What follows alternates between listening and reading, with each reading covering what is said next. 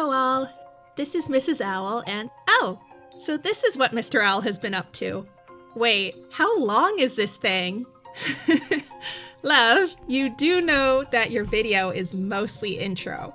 Anyway, he's changing Baby Owl, so I'm going to be handling this for a bit. We just wanted to say a big hello and thanks to our new patrons and subscribers. Really, just such a big help right now, and also...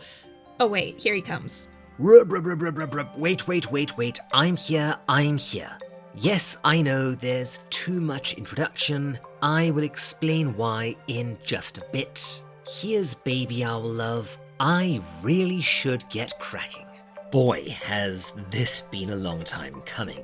And where do I even start? Well, a little forward, as it so happens. As always, feel free to skip ahead. I finally started doing those chapter thingies. Hopefully they've been working out for you. This was actually supposed to be released earlier in May to start our new little event that I'm going to call Made in Abyss. Only not spelled the same. But due to me making a complete pig's ear of the audio and having to re-record half the sodding thing all over again, which, yes, is why the audio might sound a bit uneven here and there, it took a little longer. That said, this is going to run for a while, probably at least until the end of July, and this remastered series will take much longer than that. I'd be surprised if we aren't finishing this in December, frankly. So, before we get the boulder rolling, 3 very quick things. Very soon, as you've been requesting for a good while now, I will, at last, be making a Twitch channel and trying my hand at streaming. It's something I know absolutely bugger all about, but it does sound like fun, and it'll give us all a lot more of a chance to chit-chat. Next month we'll be doing Diablo 4, and unless it is particularly arse, that will probably be the game I do for a while, but as I wanted to do something different, and also draw attention to a game I profoundly love.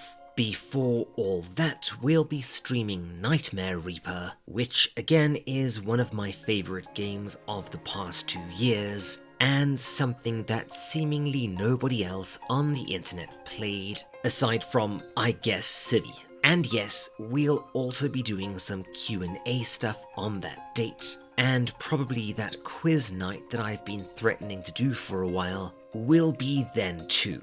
Mrs. Owl has suggested Owl be back, which is pretty damn good. But if you've got something better, head on over to our Discord and let me know over there, and I'll also be talking more about the Twitch stuff on Discord as things develop.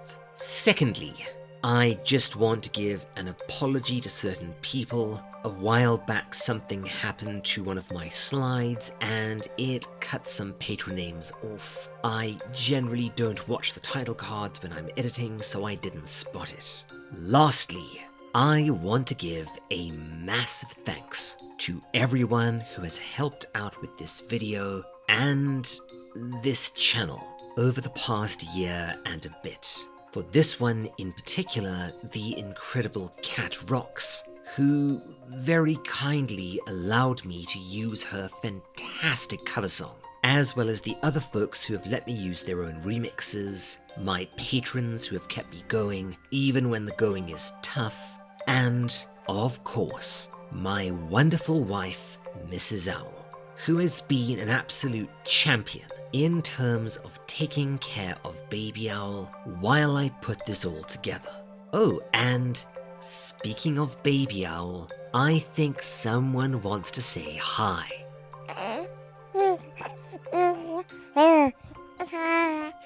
Anything else?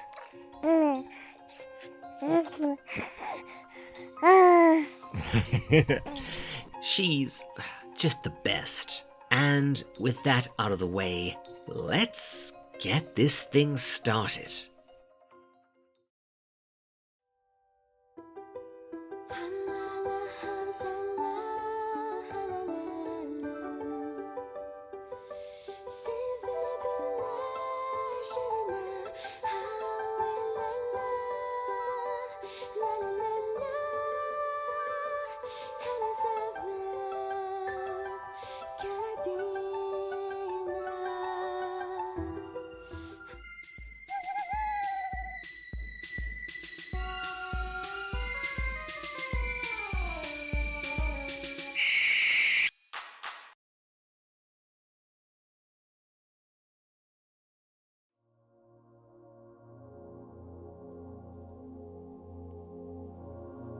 Hello all, this is the Owl, and oh hell yeah! It is time! To kick off our May event, I decided to bring this one into orbit at long last. Made in Abyss is sort of a significant manga for this channel. The first video I made on it also happened to be the first video to get any sort of real traction.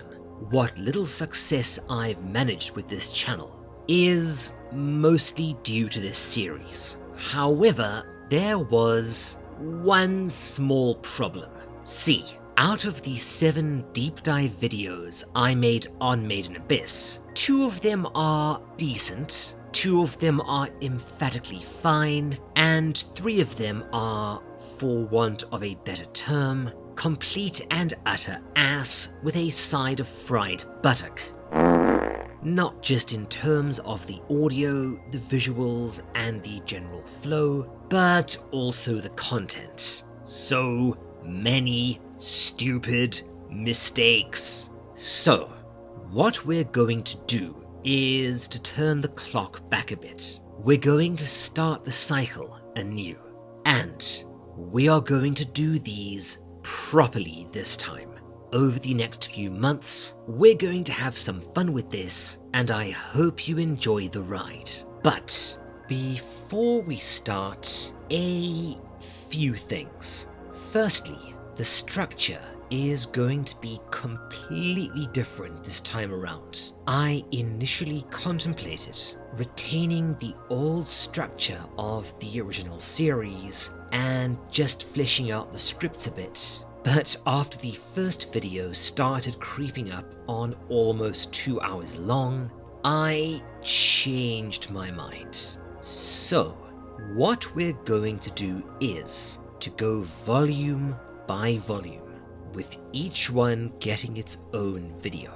Now, naturally, because of the way Made in Abyss is put together, some videos won't have much happening in them, and others might end up being a touch overstuffed. Let's see how it works out. And, of course, keep in mind that the first 2 volumes are by far the weakest. I'll be doing what I can to make them interesting, but it's only really in Volume 3 that Made in Abyss takes a sharp left turn and heads straight out into the night. I am also not going to be doing recaps, and the reason for this is simple. For those of you who want longer videos, once we're done with the entire manga, it's all going to be put together into one long video and then released as an absolute monster.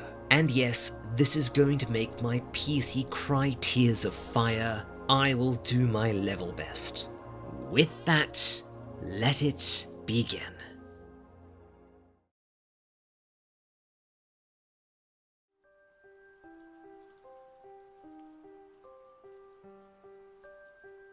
Made in Abyss is one of those manga with a truly fascinating origin story that is almost as interesting to talk about in terms of its origins as it is to read. It's not quite Bleach levels of, wait, that couldn't possibly have happened, but it is definitely still one hell of a tale. Akihito Tsukushi, who had previously done design work for somewhat obscure JRPGs, decided to put pen to paper and try and get a creative work published. And oh boy, did this start a journey. Initially, Made in Abyss wasn't even intended to be a proper mainstream manga.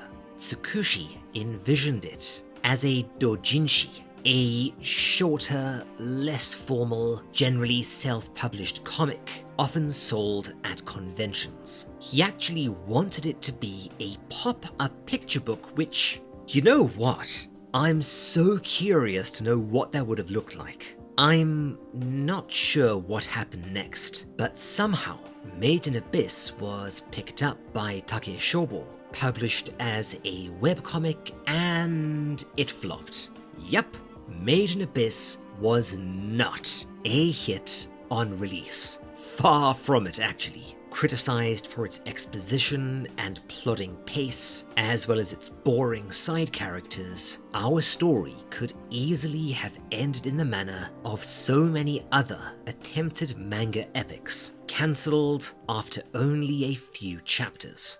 Fortunately, instead of giving him the boot, Tsukushi's publishers offered him some advice, and following it, he reworked the manga, adding in fan-favorite Nanachi as a new character and adopting a substantially darker tone, which not only saved the manga, but made it into kind of a sleeper hit, particularly due to the anime adaptation, which honestly came out really well, with great art, great pacing, one of the best soundtracks of all time, and the excision of a lot of the more, how would I put this, contentious content from the manga.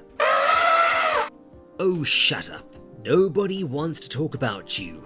I will say that I like the first season more than the second, but both are an absolutely great way to experience this astonishingly good and mind-blowingly dark manga, especially if you factor in nope, not a chance. It also got a video game adaptation that I recently ended my extended series on, and as far as adaptations go, well, it's not Arkham Asylum, but I actually had a pretty damn good time with it.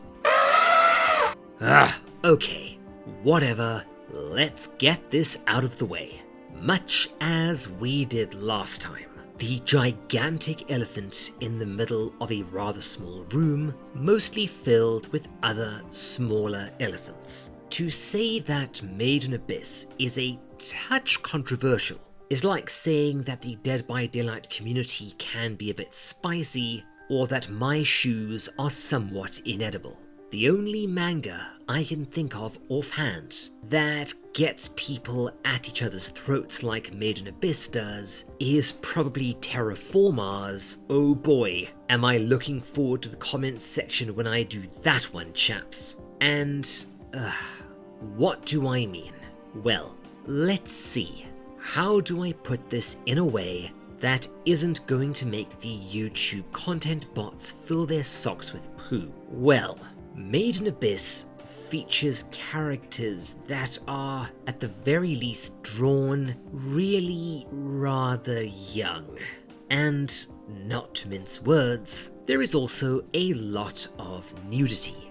Fortunately, nothing more than nudity, unless you count soul-crushing violence, but for what there is, it's pretty damn egregious. Now, after being pressured, Tsukushi has remarked on this, saying that it was not intended to be done in any sort of icky or titillating manner, and it's more to emphasize how human and how vulnerable these characters are in an astonishingly hostile environment. And, okay, that is almost reasonable. However, there are still a handful of panels that have a very fan-servicey, honestly even pin-up quality to them. They are more than a little bit gross. On top of this, Tsukushi himself definitely has some weird kinks and maintains an almost conscientiously bizarre presence on social media. So, who knows? With the benefit of a year, thinking about and talking to other people about the whole thing, I don't think anyone would put it past Tsukushi to have deliberately stirred up some controversy to get eyes on his manga. So, is it all a weird publicity stunt to get people talking? Is it Tsukushi being a massive degenerate? Or is this an entirely innocent artistic choice to enhance the anxiety porn that is this story? Well, as I've said before, you are all big boys and girls, so this is one that you will need to decide for yourselves whether this is a deal breaker or not, and in what spirit this was all intended. Just before you go and buy this thing, please be aware of what is in there. I will naturally be showing nothing of this, and I will also be censoring liberally when it comes to this video series. But again, if this sort of thing bothers you, go and watch the anime. It is perfectly fine. There are also a good few other juicy controversies involving this manga, but we will run screaming over those bridges when we come to them. And with that, as this is already going to be a really long video, it's time to dive.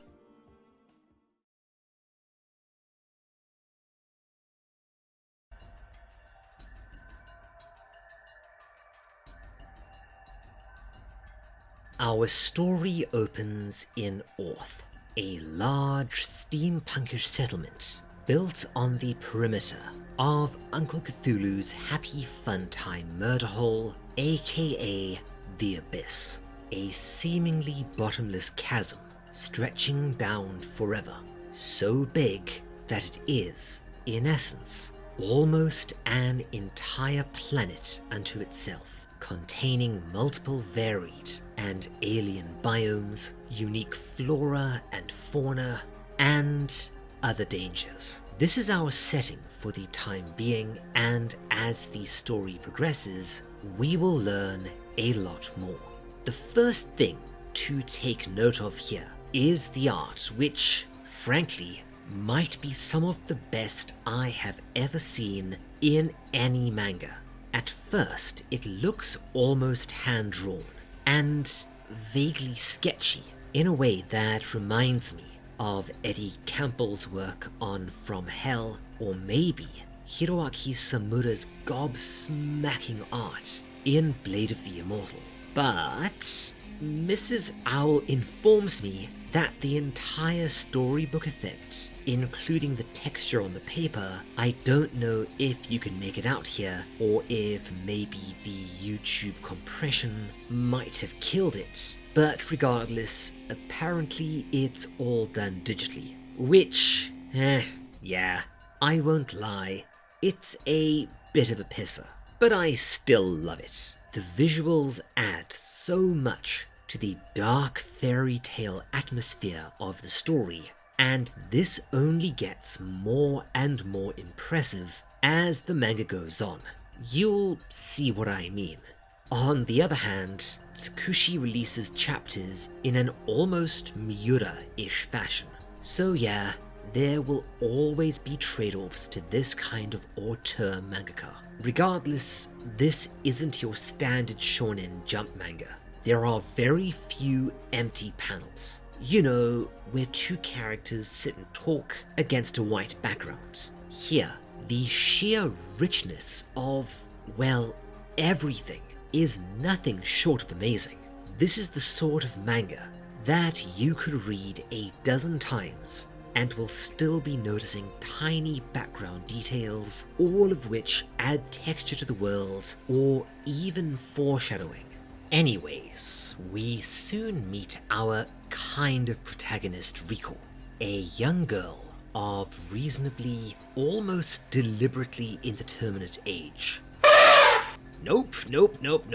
She has an artifact that she refers to as the Star Compass. And, spoiler, this thing is probably going to turn out to be pretty significant plot-wise, but as of yet, nothing has been explained. Regardless, it works like a compass, but seems to point down towards something in the depths of the abyss. And yeah, as I said, the art in this manga is just something else, man. Look at this. Just look at this opening spread. Look at those gorgeous pastel colors, those almost edible blues and pinks, and how the perspective draws your eye first to Riko, then down to Orth, and then further down into the abyss, starting us out with a happy impression that slowly but surely gets more and more ominous. Gravies and lentilmen, this is how you open a manga. Rico has a few friends, Nat, Shiggy, and baby Kiyui, as well as 1 or 2 adults, and we actually spend a fair amount of time with them over the next volume. Wouldn't it be strange if all of them turned out to be absolutely pointless to the plot? Yeah, I explained this in the intro. We then get some more bonkers amazing art, and we learn about the Abyss and Orth. As mentioned previously, the city sprang up around the edges of the Abyss due to the amount of folks drawn to it in search of the powerful and valuable relics found within, meaning that Orth is part archaeological site and part trade hub. We learn that the Abyss itself also has a yeah, let's not beat about the bush here, a plot convenience force field that prevents observation or aircraft traversal from above, or perhaps more importantly, people annoying Tsukushi on Twitter with questions about this. Answer: there's a force field. A bit contrived, but I won't poke it too hard. For the next while, we follow Riko in her day-to-day life. She's friends with Laffy and Hubble, the former being a motherly shopkeep who you might recall from the game, and Hubble, a Black Whistle tier raider, which marks him as a veteran. As we'll learn soon, cave raiders carry a whistle used to alert other cavers to their position in case of danger or often distress, and they are ranked according to the colors of said whistles. Red whistles are the novice raiders, permitted only in the topmost and least dangerous layer. Blue whistles are experienced raiders permitted to venture down further. Moon whistles are instructors, black whistles are the veterans, and above even them, the legendary white whistles, who we'll get to eventually. For now though, we're just getting to know Riko, and while she can be at times a really frustrating protagonist, she is at least a fairly fleshed out and consistent character. She's irrepressible, but occasionally irresponsible, trusting to the point of being naive, and reasonably competent, but overambitious and constantly overestimating her own abilities. And yes, this is a perfect and almost deliberate recipe for utter catastrophe. Sure enough, we next see her and her friends in class, being lectured by Jiro and the director of the orphanage. And yes, I am going to call it that. This is the first time we hear mention of the so-called strains of ascending. Basically, the Abyss functions a bit like a pitcher plant, or maybe the ocean. You can go down as far as you want, but coming back up incurs severe physical symptoms. As with many things, we will get to know more about this very soon. Oh, and we also learn that the orphanage are kind of a bag of hooting dickholes, using young orphans, no, I'll stop, to explore the upper levels of the Abyss and gather relics, which are then taken by the orphanage to sell. Which is honestly pretty diabolical. And is it just me, or does the director look way too much like the wicked stepmother? It's probably deliberate, once again, due to the whole dark fairy tale tone here.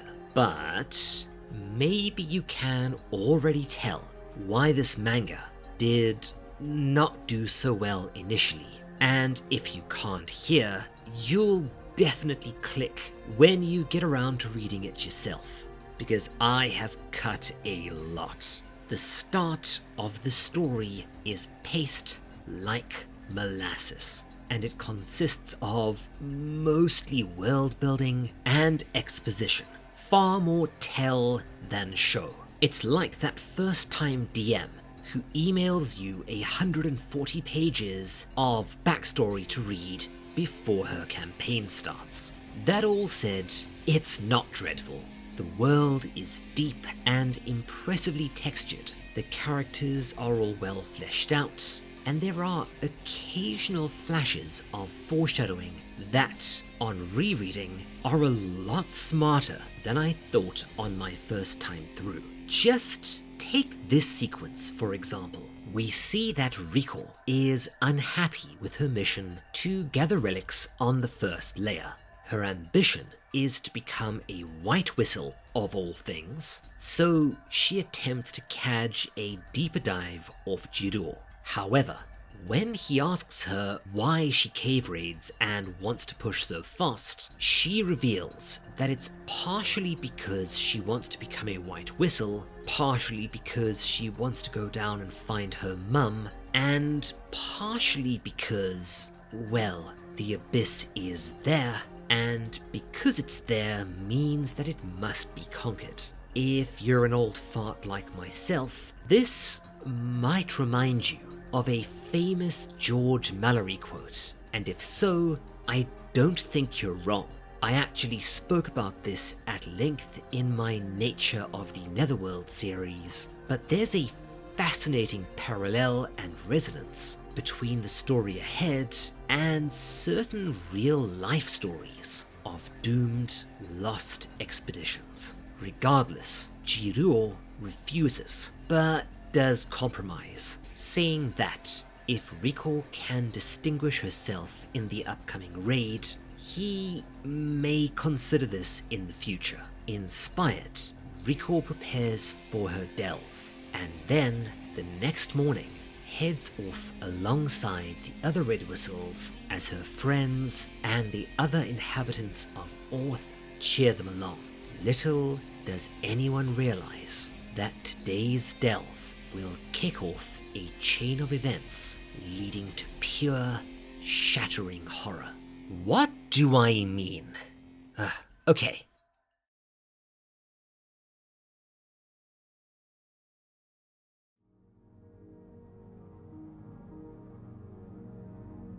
So, there is a genre of manga that has gradually become popularized over the past decade or so. After a fair amount of reading around and chatting with folks, does not seem to have any official term attached to it, which sadly makes discussing it rather imprecise. Personally, I've always liked to call it horror in disguise, but probably the most commonly applied term is gap moe, and I've also heard it referred to as the gap moe effect. In this case, referring to a manga or an anime that is deliberately set up to look cutesy poo or even wholesome as a sort of trap, luring viewers or readers in before taking a really dark, really gory, really disturbing, or sometimes just a really melancholy turn. Often, these fall directly into the horror genre, but occasionally they're more dark fantasy, or I guess what Mrs. Owl persists in calling misery porn. You know, stuff like School Days and Happy Sugar Life. Speaking of anime that shouldn't be watched by anyone. Likely the best examples would be Madoka Magica and Doki Doki, although I guess now The Promised Neverland might just have eclipsed these.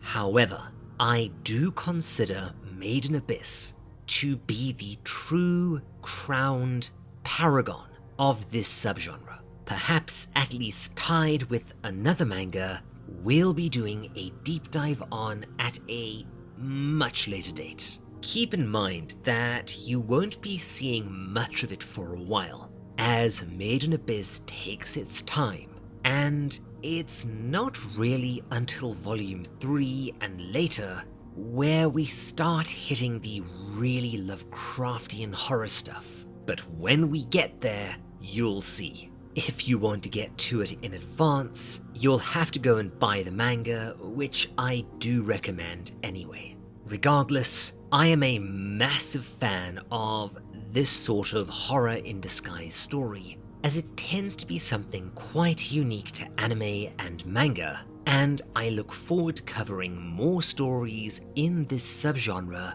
in the future. Wait, where was I? Oh right.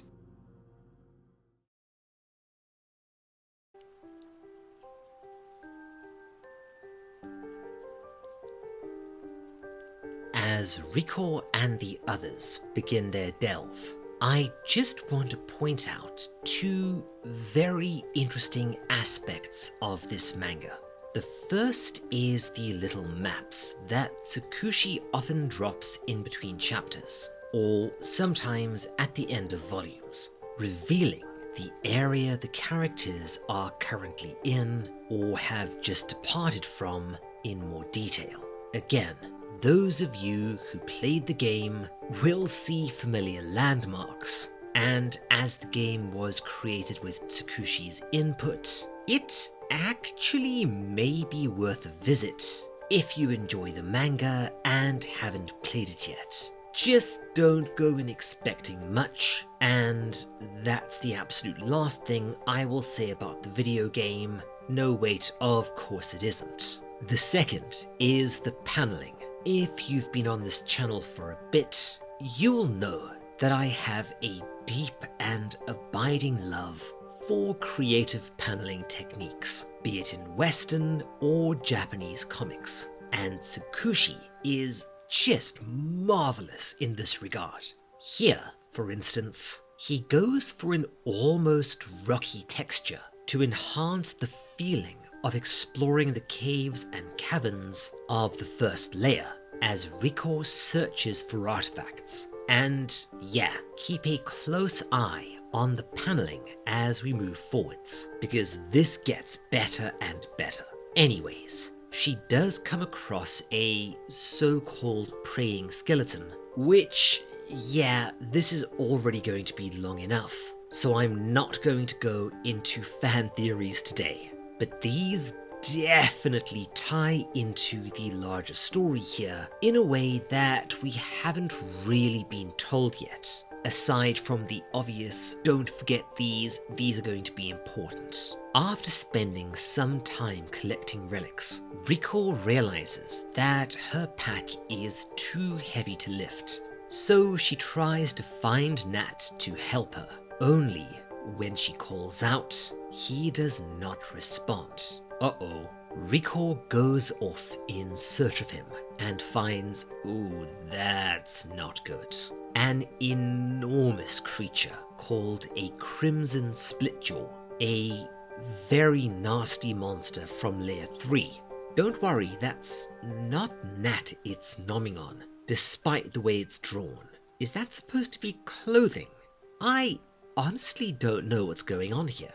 Regardless, Rico blows her whistle because she's not always the sharpest spoon in the drawer, earning her a slap, which sends her flying.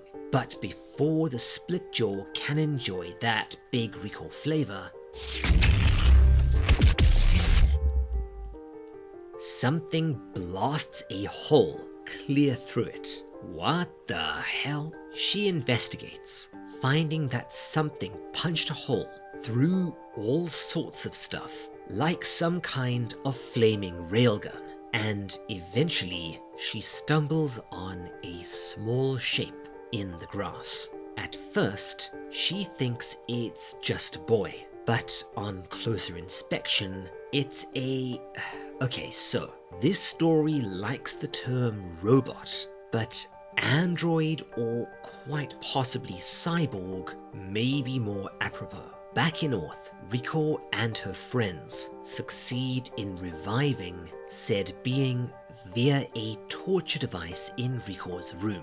Yes, Rico lives in an old torture chamber, and no, I am not going to ask the obvious questions. we come to learn that the boy bot is extremely resilient, runs on some kind of electricity, and has extendo arms, as well as, oh joy, amnesia, one of my absolute favorite plot devices.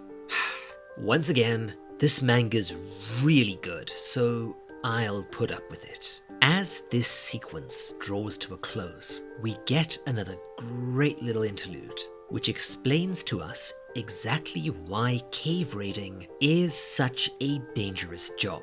As mentioned previously, the abyss works a bit like the ocean does. You can go down without too much hassle, but if you try to come back up again, bad things start to happen. Earlier called the strains, but more commonly called the curse. In short, if you ascend from layers 1 and 2, it provokes illness of varying intensity. Layer 3, hallucinations. Layer 4, extreme pain and hemorrhage. Layer 5, complete sensory deprivation, leading to madness and self-harm. Layer 6 causes you to lose your humanity by mutating and probably dying. And Layer 7, inescapable death. Yikes. And don't you worry, we'll be learning a lot about the Curse of the Abyss as we go. Oh wait, did I say don't worry? I mean the exact opposite. No reason.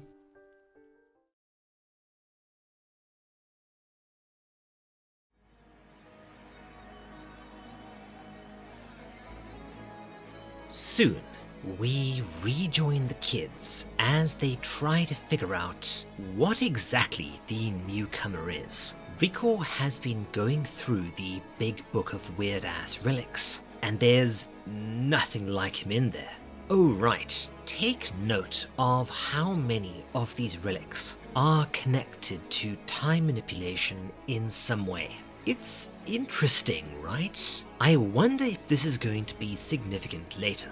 Again, going through this manga another time, there really are a lot of pretty nifty examples of foreshadowing tucked away in and around the margins. Regardless, despite their best efforts, the kids can't figure it out, and eventually, the boy just sort of slots into daily life at the orphanage, with Rico naming him Reg, which is, weirdly enough, the name of a dog she had. Remember this dog, because it's either going to turn out to be really important or a gigantic plot hole. No, not that one, and I'm really curious as to which. One day, after they investigate a minor commotion near the abyss, we see that a white whistle, the actual whistle, not the person, has been found, belonging to someone called Liza, Rico's mum, as it so happens. Her full title was Liza the Annihilator, which, no, that's not ominous at all, and Rico is given her whistle as a gift. Thanks to some Jiro exposition, we're told that Rico is something of an anomaly. See, Liza was sent below, all the way down to layer 4, along with, oh hey, I know who's in that big daddy armor behind you. I never noticed that until now actually. Pretty neat. And their mission was to secure a stupidly powerful and dangerous relic, the Unheard Bell, which has the ability to stop time. This all prompted a brawl between their team and foreign cave raiders, and then something happened. Rico was borne down in the depths of the abyss, and shortly after this, her father died. However, thanks to a special relic known as the curse-repelling vessel, although I prefer the more traditional butthole box, she was able to make it back up, albeit strangely touched by the abyss and with damage to her eyes. He leaves, and we do get the sense that this might not have been the whole story, but this does result in a curious Riko sneaking into the guild headquarters to get the rest of her mother's possessions, particularly her journal, in which she finds, something that looks very much like Reg. We also see a few more of her notes, including one thing to take note of: a strange, snail-like creature. Keep it in mind for a good while later. Trust me. The pair also find a letter which tells them simply that she will be waiting at the bottom of the abyss. Oh, Liza, now why would you go and say a thing like that? In the Between Chapters segment, we get a few more extracts from Liza's journal. And yes, this is wall-to-wall foreshadowing here, including a large 7-tailed scorpion thing that has venom sufficiently nasty to melt through basically anything. And, oh boy, strange tortoise squirrel creatures from Layer 6. As someone who's read this manga before, I just threw up a little bit inside my own brain. We'll get there.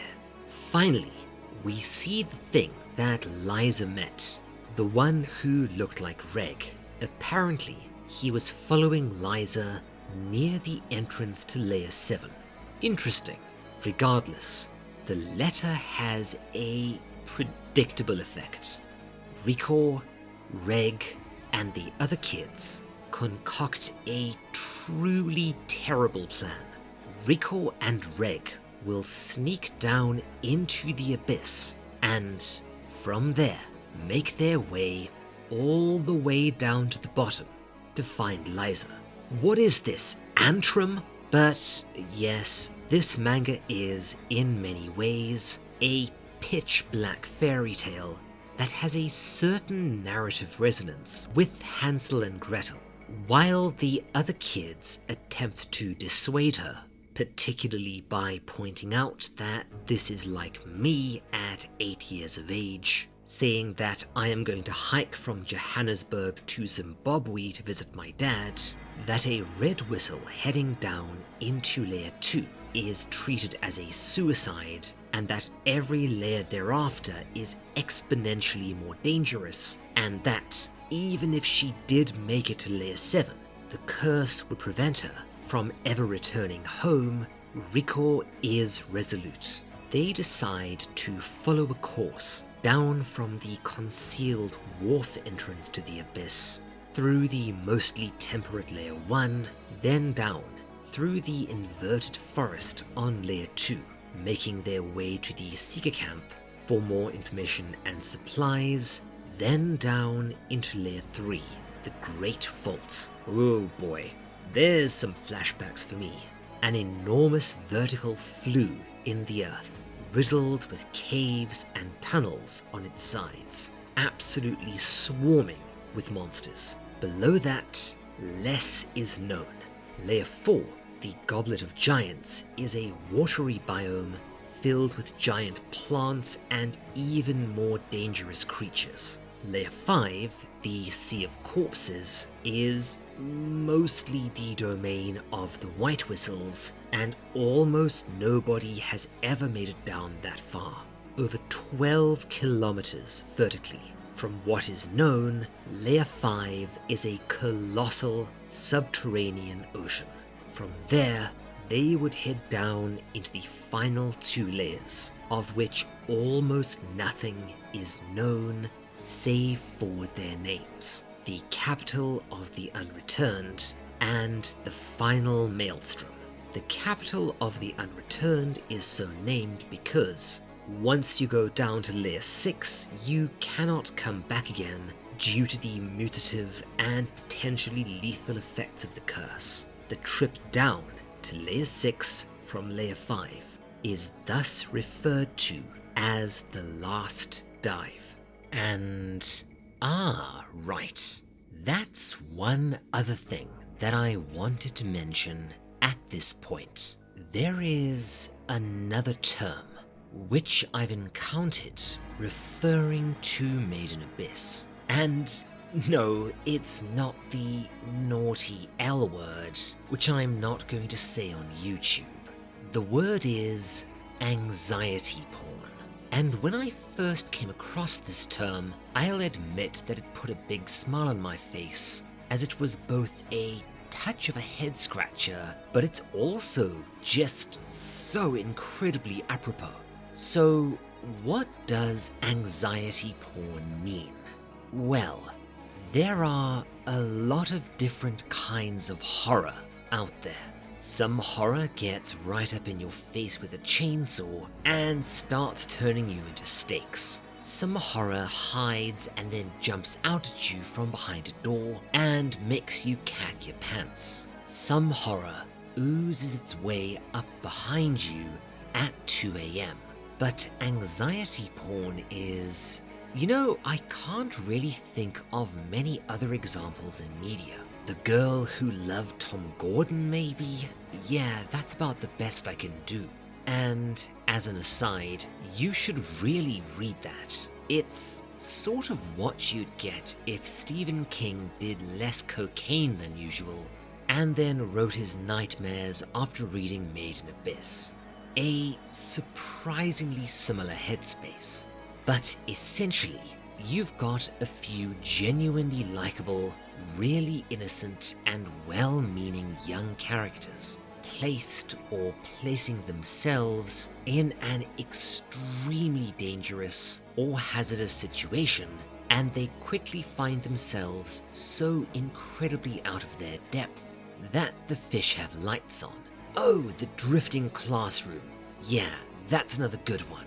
Here, for instance, you've got an extremely young girl who, despite her relative inexperience, fancies herself a bit handy in terms of caving, deciding to sneak away and head down into the abyss, all while the story hypes up how mind-bogglingly dangerous the abyss is, that it's filled with horrible monsters, curses, and, well, worse things, and that she'll be basically treated as dead before too long, because she likely will be, all while the little blonde idiot smiles and pretends that it's going to be some sort of grand adventure. It's like watching a toddler playing with power tools. And yeah, I will freely admit that having just become a new father amplifies this anxiety 1,000-fold. And I wish I could tell you that the anxiety gets better or that it's even slightly unjustified. But folks, we've barely even scratched the surface here. Nonetheless, Rico and Reg say farewell to their friends, including, oh right, this. Reg notices that Kiyui, the youngest of the group, hasn't been very well lately. This will come up again much later, so just remember it.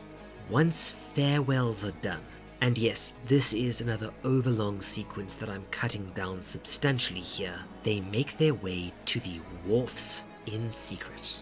Reg uses his arms to lower them down, and as Kiyui watches them from above, the pair slowly fade away into the darkness. And thus ends Volume 1. Oh right, before we wrap this one up for the day, I absolutely have to draw attention to the end of volume stuff that Tsukushi likes to add, as this is where some very interesting, sometimes really cool, and occasionally jaw-droppingly shocking stuff is concealed. Yes, I know that a lot of other mangaka like to do this, but it's something that I've always regarded as pretty damn neat.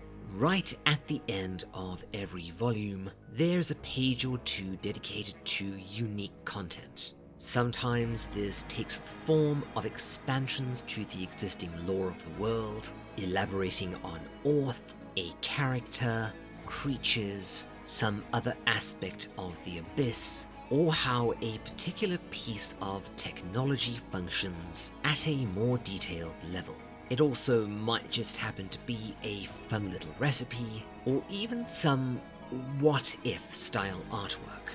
The latter we'll go into more as we go through this manga, as occasionally it's a pretty egregious pinup of a character with their tits out. Sometimes they're fluffy tits out. No, I'm not judging, but I'm not showing you that. But from the state of the art section on our little Discord, I suspect that this might be something some of you folks are into.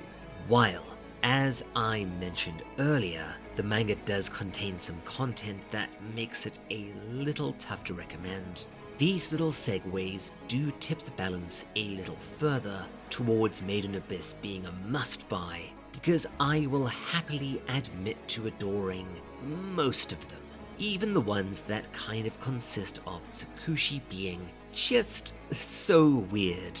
Like this one of Nanachi, where he indulges in what I can only describe as his odor fetish. Regardless, they do add something unique to this version of the story, and yes, again, we'll talk more about this as we go forward. And with that, let's call it there. We'll be taking a look at Volume 2 next time, as Rikor and Reg begin their journey down through the Abyss, and we start getting a hint of what we're in for, as well as meeting a fan favorite character. Before we finish for the day, I want to give a huge thanks, as always, to my fantastic patrons: Astrixit Gaming, Piece of Yeast, Elspresso, Cheerful Satanist, Starwin Marwin, Hylord J, Kel Core, Jacob Ramsey, Crazy, James Bakes Bread, Wargle, Lance Goebel, Paul Norberger, Rafferty, Aaron Arnold, The Hedgehog Gamer, Simone, XTC Pill, and Jake. If you want to see more like this, why not stick around? Subscribe, bell, you know the drill. And we will be starting up a Twitch channel in the near future. I'll announce it here and on the Discord when I do. Oh right, we have a Discord. All links are in the description. If you want to hear me say your name, get early access to most of my videos, have some fun perks on the Discord, and, you know, help make sure that this channel can keep going next year, why not take a look at our Patreon? Otherwise, take care, my friends, and cheers. This is the Owl, signing off.